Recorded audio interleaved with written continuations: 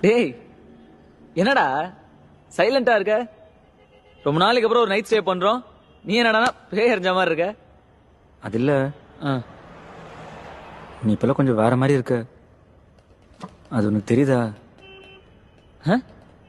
இல்ல, திடீர்னு சந்தோஷப்படுற, திடீர்னு கோவப்படுற.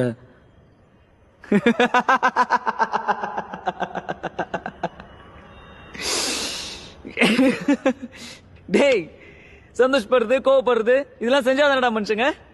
ஆ? என்ன செந்தில்? இல்லடா, நீ ரொம்ப அதிகமா பண்ற. ஒரு மாதிரியா.